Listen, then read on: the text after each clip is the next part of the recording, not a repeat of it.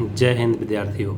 तो आज class 10th के एक्सरसाइज 9 के क्वेश्चन नंबर 3 को हम लोग बहुत ही बेहतरीन ढंग से समझेंगे और ये आपको पूरा समझ में आने वाला है, तो वीडियो के अंत तक बने रहिएगा। देखिए क्वेश्चन क्या है। एक ठेकेदार बच्चों को खेलने के लिए एक पार्क में 2 फिसलन पट्टी लगाना चाहती है। 5 वर्ष से कम उम्र के बच्चों के लिए वह एक ऐसा फिसलन पट्टी लगाना चाहती है जिसका शिखर 1.5 मीटर की ऊंचाई पर हो और भूमि के साथ 30 डिग्री के कोण पर झुका हुआ हो, जबकि इससे अधिक उम्र के बच्चों के लिए वह 3 मीटर की ऊंचाई पर एक अधिक ढाल की फिसलन पट्टी लगाना चाहती है जो भूमि के साथ 60 डिग्री का कोण बनाती हो। प्रत्येक स्थिति में फिसलन पट्टी की लंबाई क्या चाहिए। ध्यान से समझिए इस क्वेश्चन को। यहाँ फिगर बनाकर हम समझाते हैं तो समझ में आएगा। एक ठेकेदार है जो 5 वर्ष से कम उम्र के एक फिसलन पट्टी लगाना चाहती है। फिसलन पट्टी से ही स्पष्ट है, इस शब्द से ही स्पष्ट है कि फिसलन पट्टी जो है वह सीधा होगा तो नहीं ना फिसलेंगे, तिरछा होगा, बात समझना, और जिसका ऊंचाई 1.5 मीटर है। ठीक है, तो एक यह फिसलन पट्टी है। मान लीजिए एक दीवार है, समझिएगा, हम समझा रहे हैं। इस दीवार की ऊंचाई 1.5 मीटर है, यह हमारी धरती है। ठीक है, और इस पर एक यह फिसलन पट्टी बन रहा है। यह फिसलन पट्टी, इसी पर बच्चा फिसलेगा। ठीक है, इसी पर बच्चा फिसलेगा और इस फिसलन पट्टी का जो शिखर है वह 1.5 मीटर की ऊंचाई पर, 1.5 मीटर की ऊंचाई पर है। ठीक है, और भूमि के साथ 30 डिग्री के कोण पर झुका हुआ हो, और यह जो कोण है यह 30 डिग्री पर झुका हुआ है।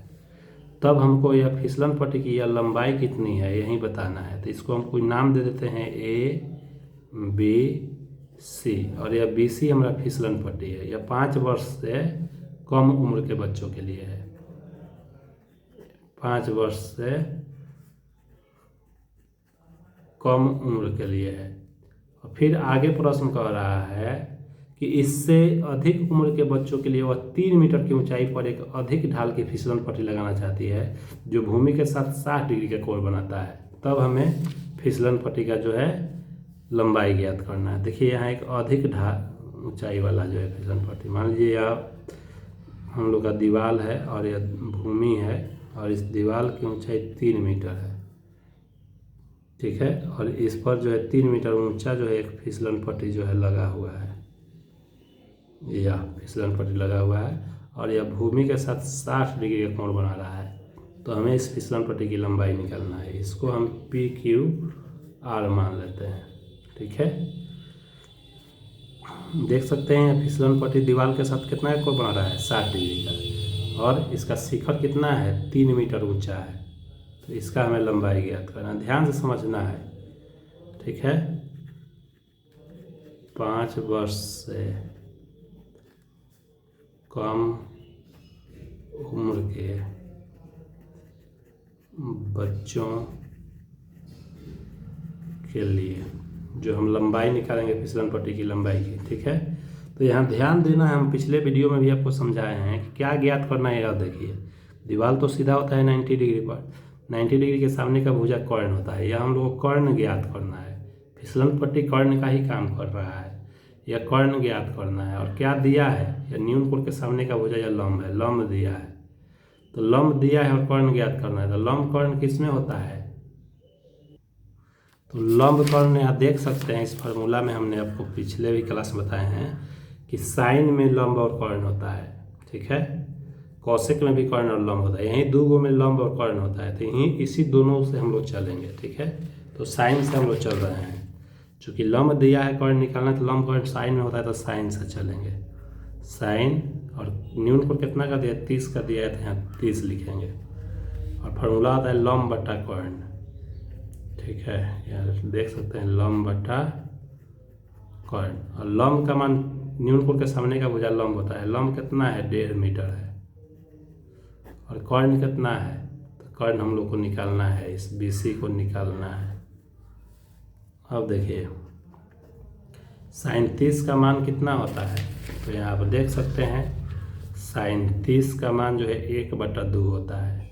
ठीक है, साइन 30 का मान 1/2 होता है, तो यहाँ हम 1/2 लिख लेंगे, और यह जो है 1.5 है बटा BC।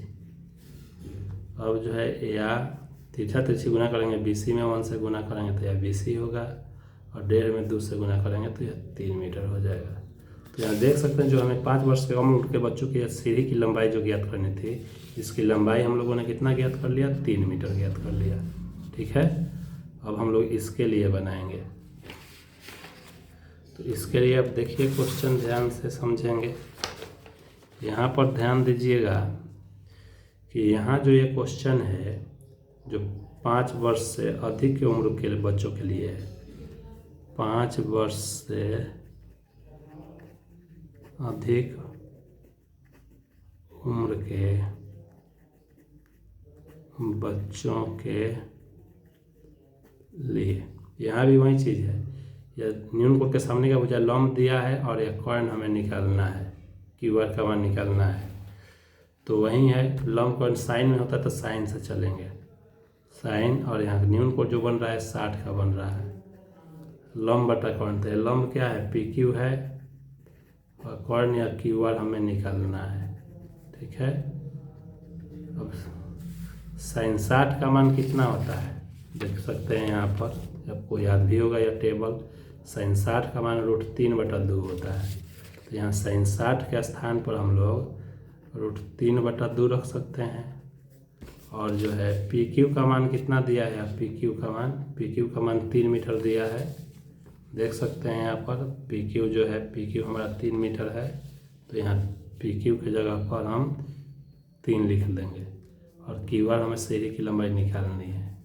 अब तिरछा तिरछी आप गुना कर सकते हैं, √3 में QR से तो या √3 QR हो जाएगा, और 3 में 2 से गुना करेंगे तो 6 हो गया। अब चूँकि जो है जिसका मान निकालना है उसको अकेले रखा जाता है, QR का मान निकालना है तो QR को अकेले रखेंगे, √3 को इधर लाएंगे तो √3 गुना में इधर आएगा तो यह बट्टा में हो जाएगा। अब देखिए यहाँ पर क्या करेंगे, इसका मान ज्ञात करने के हर का परिमीकरण कर सकते हैं। यह 6/√3 है, तो √3 से हम ऊपर भी गुना कर देंगे, √3 से नीचे भी गुना कर देंगे। अब यह 6√3 हो गया, और √3 में √3 से गुना करेंगे तो यह 3 हो जाएगा। अब 3 से 6 कट गया, 2 बार में, अब इसका मान हो गया 2√3 मीटर। तो 5 वर्ष से कम उम्र के बच्चों के लिए जो सीढ़ी की लंबाई होगी, 5 वर्ष से अधिक उम्र के बच्चों के लिए अधिक उम्र के बच्चों के लिए जो सीढ़ी की लंबाई होगी वह 2√3 मीटर होगी। बहुत ही आसान है। अब देखिए 4 नंबर जो प्रश्न है क्या है, ध्यान दीजिए कि भूमि के एक बिंदु से जो मीनार के पाद बिंदु से 30 किलोमीटर की दूरी पर है, मीनार के शिखर का उन्नयन कोण 30 डिग्री है, तो मीनार की ऊंचाई ज्ञात कीजिए। ध्यान देने वाली बात है, इस प्रश्न को हम यहाँ समझाते हैं। ध्यान दीजिएगा कि भूमि के एक बिंदु से, ठीक है, यहाँ पर भूमि के एक बिंदु से मान लेते हैं, यहाँ ध्यान दीजिएगा, यह हमारी भूमि है, और भूमि का यहाँ एक बिंदु ले लेते हैं। भूमि के एक बिंदु से जो मीनार के पाद बिंदु से 30 किलोमीटर की दूरी, एक मीनार हम यहाँ बना लेते हैं। यह मान लीजिए कि मीनार हमारा सीधा होता है 90 डिग्री पर, यह हमारा मीनार है। ठीक है, यह मीनार, हम AB को मीनार मान लेते हैं, यह AB मीनार है। कह रहा है कि मीनार के पाद बिंदु से, तो पाद बिंदु या नीचे वाला हिस्सा को पाद बिंदु कहते हैं। ठीक है, पाद बिंदु से 30 किलोमीटर की दूरी पर एक बिंदु है, यहाँ पर मान लीजिए कि एक बिंदु है, यहाँ हम मान लेते हैं C बिंदु पर एक बिंदु है, और पाद बिंदु से इस बिंदु की दूरी कितना है, 30 मीटर है। मीनार के शिखर का उन्नयन कोण 30 डिग्री है, और मीनार के शिखर का उन्नयन कोण, यह शिखर है, मीनार का यह शिखर है, इसका उन्नयन कोण, या उन्नयन कोण इस बिंदु पर कितना है, उन्नयन कोण नीचे बनता है और नमन कोण ऊपर, या हम पिछले वीडियो में भी इसका परिभाषा बताए थे, यह 30 डिग्री है। तब कह रहा है कि मीनार की ऊंचाई ज्ञात करें, या मीनार की हमें ऊंचाई ज्ञात करनी है, यह मीनार है। ध्यान से समझिएगा इस क्वेश्चन को। ठीक है, देखिए अभी हमने आपको बताया कि यह हम लोग का क्या है, यह न्यून कोण है, न्यून कोण के सामने के बजाय लंब है, लंब ज्ञात करना है। और क्या दिया है हमारा यहाँ पर, आधार दिया है। अब एक चीज़ आप यहाँ कर सकते हैं कि यहाँ पर जो है इसमें मान लेंगे हम लोग, माना कि AB मीनार है। अब लैंग्वेज लिख देंगे तो बहुत अच्छा होगा, डायरेक्ट भी बना सकते हैं। ठीक है, लैंग्वेज लिखने से नंबर कटने का चांस नहीं रहता है। AB मीनार है, तथा भूमि पर C एक बिंदु है जिसकी दूरी मीनार के पाद बिंदु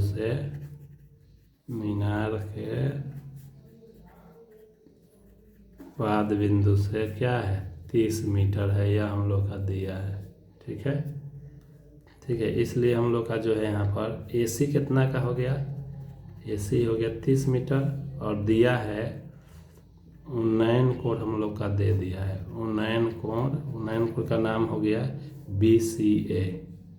एंगल BCA कितना हो गया, यह 30 डिग्री दिया है। और क्या ज्ञात करना है, मीनार की ऊंचाई ज्ञात करना है। तो ध्यान दीजिएगा, मीनार की ऊंचाई के लिए यह हमारा न्यून कोण के सामने के बजाय लंब हुआ और आधार दिया है। तो लंब आधार किस में होता है, तो लंब आधार यहाँ फार्मूला में आप देख सकते हैं कि टेन थीटा के फार्मूला में लंब बटा आधार होता है। लंब आधार टेन थीटा में होता है। तो यहाँ टेन थीटा में हम लोग चलेंगे, टेन थीटा का फार्मूला लंब बटा आधार। तो न्यून कोण के सामने के बजाय लंब हुआ, लंब हो गया AB। हमें यहीं AB की ऊंचाई ज्ञात करनी है और आधार कितना दिया है AC। अब देखिए यहाँ थीटा का मान कितना है, थीटा का मान 30 है। यह कोण हमारा 30 है तो यहाँ 30 रख सकते हैं, थीटा की जगह हम 30 रख लेंगे। और AB क्या है, AB तो हमें ज्ञात करना है और AC कितना है 30 मीटर है। AB ज्ञात करना है, AB को हम ऐसे ही रखेंगे, AC 30 मीटर है। अब देख सकते हैं 30 का मान कितना होता है। यहाँ सारणी आपको याद होगा तो ठीक है, नहीं याद होगा तो यहाँ देख लीजिए। 30 का मान क्या होता है, 1/√3 होता है। 30 का मान 1/√3 होता है। तो यहाँ पर हम 1/√3 रख देंगे। और यह AB है और बटा यह 30 है तो 30। अब हमें AB का मान निकालना है। तो AB का मान निकालने के बाद तीछा तीछी गुना करेंगे, √3 में AB से गुना करेंगे तो √3 AB हो जाएगा। 30 में 1 से गुना करेंगे तो यह 30 हो गया। और AB का मान निकालना है तो AB को अकेले रखेंगे, जिसका मान निकालना है उसको अकेले रखना है। √3 या गुना में है, इधर आएगा तो यह बाटा में हो जाएगा। ठीक है, अब यह इसका मान निकालने के बाद हर का परिमेयकरण करेंगे। यह 30/√3 है तो √3 से हम ऊपर भी गुना कर देंगे, √3 से नीचे भी गुना कर देंगे। ठीक है, अब यहाँ पर यह हो गया 30√3 और यहाँ √3 में √3 से गुना होगा तो यह 3 हो जाएगा। 3 से यह 30 कट गया 10 बार में, तो यह हो गया 10√3 मीटर। तो मीनार की ऊंचाई था ये भी वो निकल गया। अतः यहाँ लिख सकते हैं, अतः मीनार की ऊंचाई = 10√3 मीटर। बहुत ही सिंपल है। अगर यह वीडियो मेरा आपको पसंद आ रहा है तो इसको लाइक शेयर सब्सक्राइब कीजिए। इसी तरह से इजी तरीका में जो है मैं आपको आगे भी क्वेश्चन लेकर आता रहूँगा। धन्यवाद। जय हिंद, जय भारत।